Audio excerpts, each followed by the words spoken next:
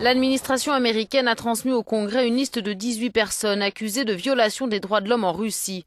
16 d'entre elles sont directement liées à l'affaire Magnitsky. Ce juriste russe mort dans une prison moscovite en 2009 et dont le décès avait donné son nom à une loi. La loi Magnitsky promulguée en décembre par Barack Obama et donc, comme l'a indiqué le porte-parole de la Maison-Blanche, tous les éléments seront désormais exploités afin de s'assurer que les personnes responsables de la maltraitance et de la mort de Sergueï Magnitsky ne puissent plus entrer aux États-Unis et que leurs actifs soient gelés. Avec la publication de cette fameuse liste Magnitsky, les relations entre Moscou et Washington risquent de se détériorer encore un peu plus. Même si, selon le président de la Commission des Affaires étrangères de la Douma, proche du Kremlin, les États-Unis ont limité la casse.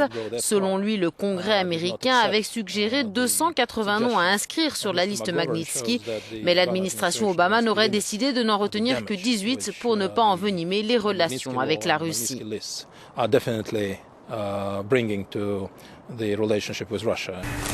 Deux Tchétchènes, mais aussi des responsables russes, procureurs, enquêteurs, inspecteurs du fisc ont été sanctionnés par le département du Trésor américain.